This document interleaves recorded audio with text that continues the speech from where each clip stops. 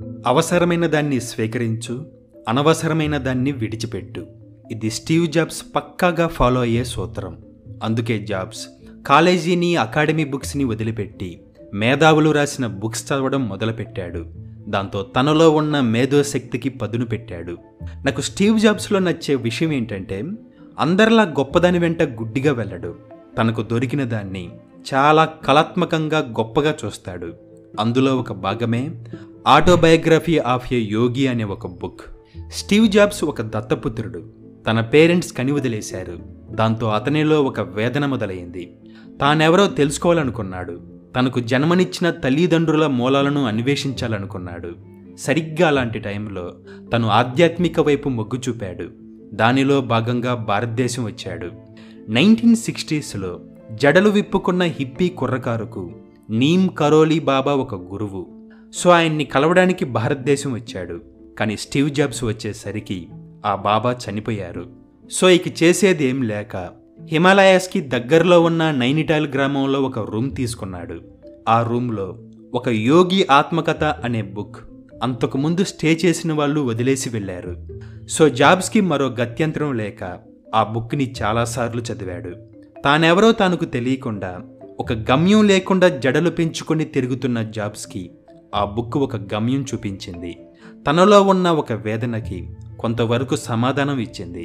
అంతేకాదు, ఆ బుక్ని ప్రతి ఒక్కరూ చనిపోయేలోపు చదవాల్సిందిగా, తన స్టాఫ్కి ఒక్కొక్క కాపీ ఇవ్వాల్సిందిగా కోరాడు. ఇక second one, A diet for a small planet. కాలేజీలో చదువుకుంటున్న రోజుల్లో అందరిలాగే చెత్తా చెదారం తినేవాడు. కానీ ఈ బుక్ అతన్ని అమితంగా ఆకర్షించింది. శాకాహారం వల్ల వ్యక్తిపరంగా లభించే చాలా బెనిఫిట్స్ని ఈ బుక్ కళ్ళకు కట్టినట్టు చూపెడుతుంది. ఫుడ్ విషయంలో ఈ బుక్ స్టీవ్ జాబ్స్ని ఎంతగా మార్చిందంటే, తను ఈ బుక్ చదివిన తర్వాత ఇక జీవితంలో మాంసం ముట్టనని ప్రమాణం చేశాడు. ప్రామిస్కి తగ్గట్టుగానే తను జీవితాంతం పళ్ళు, కూరగాయలు, మొలకలు తిని బ్రతికాడు. ఒక్కోసారి స్టీవ్ జాబ్స్ రోమన్ మిల్లెట్స్ మీదే ఆధారపడేవాడు. అలాగే ఫుడ్కి సంబంధించిన మరో book muscles diet healing system. Diet for a small planet book అతన్ని శాకాహారం వైపు నడిపిస్తే, మజిల్స్ డైట్ హీలింగ్ సిస్టమ్ అనే బుక్ మాత్రం అతనిలో ఉన్న వ్యర్థాలని విసర్జించేలా చేసింది. పండ్లు, ఉడకబెట్టిన కూరగాయలు మాత్రమే తినడం వల్ల బాడీలో ఉన్న కల్మషాలు పూర్తిగా పోతాయి. అంతేకాదు, ఈ బుక్ ఉపవాసం గురించి ఎక్కువగా చెబుతుంది. ఫాస్టింగ్తో శరీరం శుద్ధి చేయబడుతుందని తెలుసుకున్న జాబ్స్ రోమన్ మిల్లెట్స్ని, మిల్క్ని, రొట్టెని పూర్తిగా వదిలిపెట్టి కేవలం వారాల పాటు యాపిల్ తిని బ్రతికేవాడు. మరికొన్నిసార్లు అయితే మొదట 2 డేస్తో ఫాస్టింగ్ మొదలుపెట్టి దాన్ని క్రమక్రమంగా వారం రోజులు, అంతకంటే ఎక్కువ రోజులు పొడిగించేవాడు. మధ్య మధ్యలో ఎక్కువగా నీళ్లు, కొంచెం లెమన్ వాటర్, ఆకుకూరలతో ఆకలిని శాంతింపచేసేవాడు. అతను ఆ బుక్ చదివి ఆ ఉపవాసం చేసిన తర్వాత ఏమన్నాడంటే, 1 వీక్ ఫాస్టింగ్ తర్వాత మీలో అద్భుతమైన అనుభూతి కలుగుతుంది. అడ్డమైన తిండిని జీర్ణం చేసుకోలేక అవస్థ పడనవసరం లేనందువల్ల టన్నుల కొద్దీ ఆక్సిజన్ పొందగలుగుతారు. పైగా ఈ బుక్ వల్ల నా బాడీ షేప్ కూడా చక్కగా మారింది. ఇప్పుడు నేను ఎప్పుడు కావాలంటే అప్పుడు, ఎక్కడికి కావాలంటే అక్కడ నడుచుకుంటూ వెళ్ళగలిగే శక్తి నాలో ఉందన్నాడు. ఇక ఫోర్త్ వన్, హోల్ అర్త్. ఇది ఒక బుక్ కాదు, ఒక మ్యాగజైన్. ఈ మ్యాగజైన్ ఇన్స్పిరేషన్గానే అతను వర్క్లో ఎన్నో వండర్స్ క్రియేట్ చేశాడు. మరీ ముఖ్యంగా 1971లో వచ్చిన చివరి మ్యాగజైన్ అతన్ని చాలా ఆకట్టుకుంది. ఎంతలా అంటే, అప్పటికీ అతను ఇంకా హై స్కూల్లోనే ఉన్నాడు.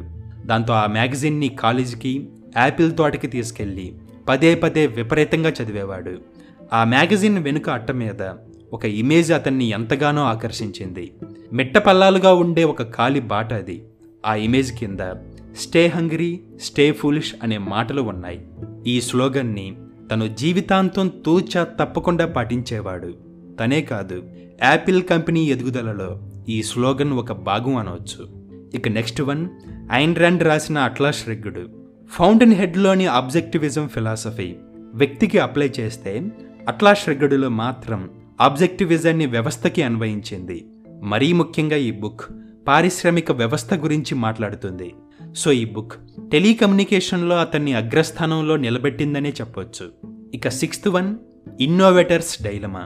ఇది మార్కెట్ గురించి, కస్టమర్స్కి ఏం కావాలో గురించి, కొన్ని కంపెనీస్ ఎందుకు ఫెయిల్ అవుతున్నాయో అనే దాని గురించి, మెయిన్గా ఈ బుక్ ఇన్నోవేషన్ గురించి చాలా గొప్పగా మాట్లాడుతుంది.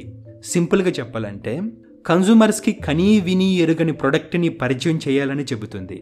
And next one 1984 written by George Orwell. ఈ బుక్ ఆదర్శవంతమైన వ్యవస్థ గురించి, నీతివంతులైన నాయకుల గురించి మాట్లాడుతుంది. ఇది కొంచెం విప్లవాత్మకమైన బుక్. మార్పుకు తీర్పు చెబుతుంది. మన వ్యవస్థ బయట నుంచి అణచివేతకి గురవుతుందని హెచ్చరిస్తుంది. రాజకీయ నాయకుల దౌర్జన్యాల గురించి, వాళ్ళు ప్రజలకు సరైన ఇన్ఫర్మేషన్ అందకుండా చేయడం వల్ల ప్రజలు, వ్యవస్థ ఎలా నాశనం అవుతుంది అనే పాయింట్ని కళ్ళకు కట్టినట్టు చూపిస్తాడు. అలాగే 8th one B here now. 1972 చివరి రోజుల్లో అమెరికన్ కాలేజ్ జీవన విధానంలో ఒక మార్పు చోటు చేసుకుంది. వియత్నాం యుద్ధం ముగుస్తుంది. దాంతో కాలేజ్ స్టూడెంట్స్కి పాలిటిక్స్ గురించి మాట్లాడుకునే అవకాశం లేకుండా పోయింది.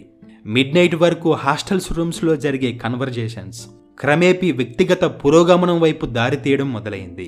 దాంతో స్పిరిచువల్ బుక్స్ చదవడం పట్ల స్టీవ్ జాబ్స్ ఆసక్తి చూపించాడు. ఆ క్రమంలో అతనికి బాబా రామ్దాస్ రాసిన బీ హియర్ నౌ అతన్ని బాగా ఆకట్టుకుంది. స్వయంగా స్టీవ్ జాబ్సే నాపైన, నా ఫ్రెండ్స్ పైన ఈ బుక్ ప్రభావం అప్పుడు ఎక్కువగా పడిందని చెప్పాడు. ఇక last 2 books Zen mind, beginner mind and meditation in action. Zen mind, beginner mind book రాసిన సుజు ప్రతి వెన్స్డే శాన్ ఫ్రాన్సిస్కోలో ఉపన్యాసం ఇచ్చేవాడు. అప్పటికే మానసికంగా అలసిపోయి ఉన్న స్టీవ్ జాబ్స్ ఈ బుక్ వల్ల, అతని స్పీచెస్ వల్ల పరిపూర్ణ బౌద్ధునిగా మారాడు. నిజానికి స్టీవ్ జాబ్స్ జపాన్ వెళ్లి ఐహేజీ అనే ఒక బౌద్ధ ఆశ్రమంలో చేరాలనుకున్నాడు. కానీ ఒక గురువు సలహా మేరకు జపాన్ వెళ్లాలనే ఆలోచన విరమించుకున్నాడు. దాంతో స్టీవ్ జాబ్స్ బౌద్ధంలోని పరమ సత్యాన్ని ఆకలింపు చేసుకున్నాడు. ఒక్క మాటలో చెప్పాలంటే, మీరు మీ గురువుని కలుసుకునేందుకు ప్రపంచమంతా తిరుగుతారు, కానీ ఆయన మీ పక్క గుమ్మంలోనే తారసపడతాడు.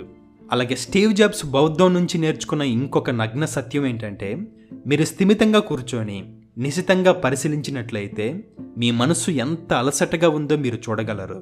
దాన్ని జోకొట్టడానికి ప్రయత్నిస్తే అది మరింత బొసగొడుతుంది. కేవలం అది విశ్రాంతి పొందుతున్నప్పుడు మాత్రమే సూక్ష్మ విషయాలు వినడానికి చోటు దొరుకుతుంది. అప్పుడు మీలో ఉన్న దివ్య జ్ఞానం వికసిస్తుంది. So finally, stay hungry, stay foolish.